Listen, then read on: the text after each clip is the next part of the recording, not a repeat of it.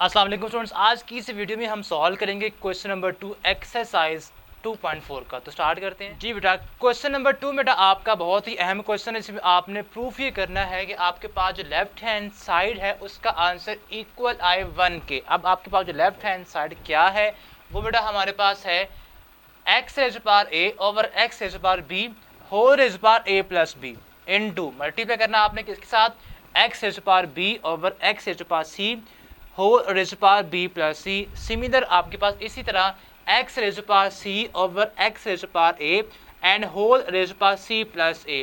बेटा ये आपके पास है, इसकी लेफ्ट हैंड साइड आपने इसको यूज़ करना है और आंसर इक्वल लेके आना है 1 के। अब उसके लिए आपने बेटा लॉज ऑफ एक्सपोनेंट्स यूज़ करने हैं। अब उसकी प्रॉपर्टी क्या है, वो कौन सा लॉ आपने यहाँ पे यूज़ करना है वो बेटा आप याद करें। ये आपके पास कुछ लॉ था, ये वाला क्या है कि अगर आपके पास बेस सेम हो, अगर बेस सेम हो और पावर डिफरेंट हो और वो बेसिस आपकी डिवाइड हो रही हैं, फ्रैक्शन के साथ सेपरेट है, ठीक है, तो आपने करना क्या बेटा, आपने जो नीचे पावर है उसको ऊपर लेके जाके ऊपर वाली पावर में से सब्ट्रैक्ट कर देना है आपने, ठीक है। बेस को आपने एक बार लिखना है, यहाँ भी बेस ए थी, यहाँ भी बेस ए है, तो बेटा आपने यहाँ पे बेस को एक बार लिखा और जो ऊपर पावर है उस पावर में से आपने नीचे वाली पावर को आपने सब्ट्रैक्ट कर देना है।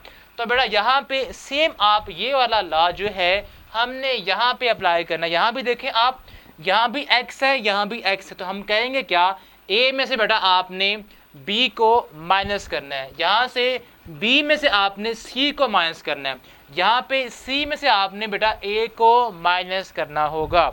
तो करते हैं बेटा इसको हम, ये बनेगा x रेज पावर बेटा बन जाएगा ये x रेज पावर a और जो b नीचे पावर है ऊपर जाके आपने इसको माइनस कर देना है और होल की पावर क्या बेटा a प्लस बी, वैसे की अभी वैसे ही आएगी। अब उसके बाद बेटा आपने क्या करना है, इसके बाद बेटा आपने अब यहाँ पे भी आपने सेम वही लॉ अप्लाई करना है। यहाँ पे कैसे होगा, b में से बेटा आपने c को सब्ट्रैक्ट करना होगा, b माइनस सी और होल की पावर क्या है b plus c multiply by x raise power बेटा आपके पास बनेगा c माइनस ए और होल की पावर बनेगी c प्लस ए। ओके बेटा, अब इसके बाद आपको याद है हमने यहाँ तक कर लिया।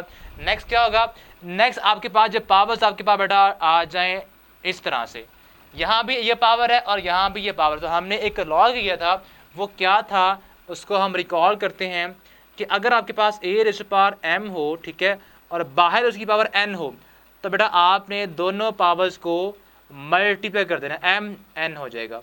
तो बेटा आपने पावर्स को मल्टीप्लाई करना होगा।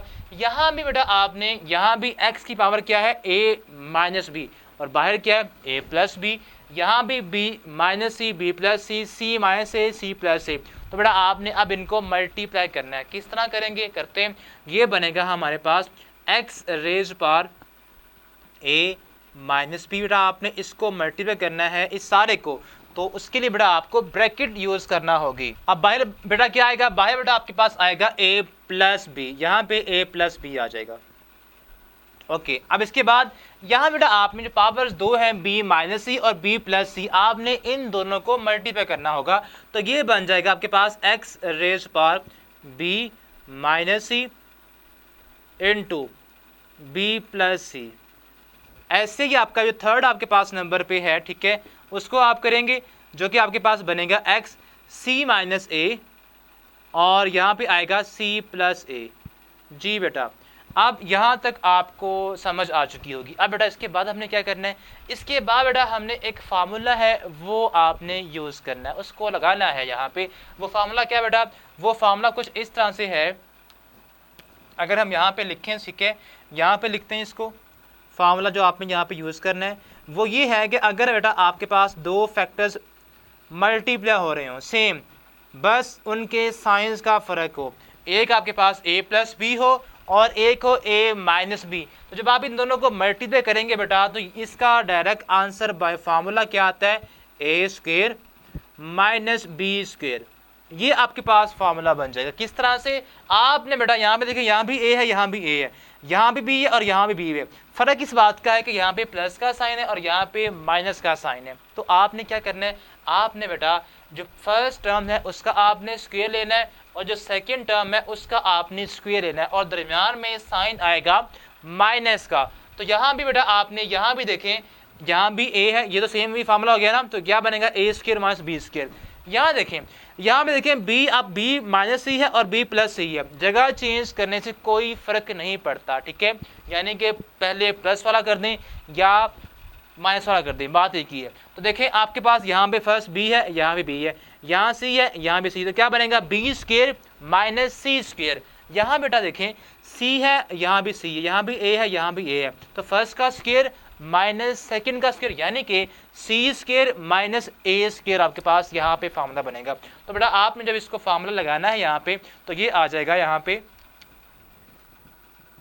एक्स रेज पार क्या आएगा ए स्क्वायर, यहाँ पे आएगा ए स्क्वायर माइनस बी स्क्वायर, ठीक है, और मल्टीप्लाई कर रहे हैं हम इसको, एक्स यहाँ पे आएगा बी स्क्वायर माइनस सी स्क्वायर, और बेटा यहाँ पे आएगा एक्स रेज पार सी स्क्वायर माइनस ए स्क्वायर। ओके बेटा, अब देखिए आपकी बेसिस सेम नहीं है, बेसिस तो सेम है, पावर्स डिफरेंट है।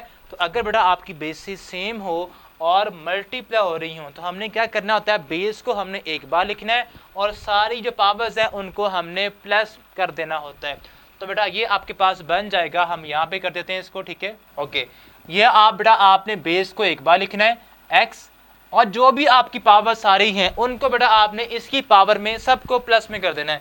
ए स्क्वायर माइनस बी स्क्वायर है फर्स्ट आपकी पावर, ए स्क्वायर माइनस बी स्क्वायर, और सेकंड पावर है बी स्क्वायर माइनस सी स्क्वायर।